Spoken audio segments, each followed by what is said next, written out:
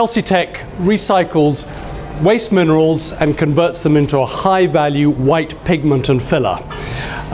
We absorb half the product is made in terms of weight is CO2, so we absorb CO2. We use waste minerals that would otherwise cause an ecological problem. We have a pilot plant in Germany. We want to set up our first plant in Germany, the second plant in the UK. We have some LOIs from end user customers. Let me give you an example of one particular application. It is for Dulux paint. Dulux, owned by AkzoNobel, used titanium dioxide to make paint bright, white and opaque.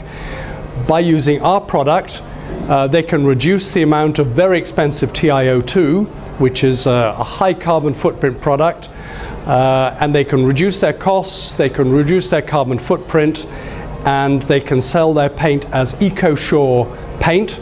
And this is being trialed by Marks & Spencer's for the inside of all their stores. And we, from our pilot plant, are going to be providing that for their painting program for next year. We need €2.5 million to complete the design and to get the site ready for our first plant. And then we're looking for 30 million.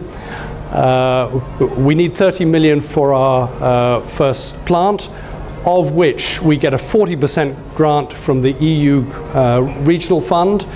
So we are looking for 18 million in terms of equity. And we are ready, the designs are all ready.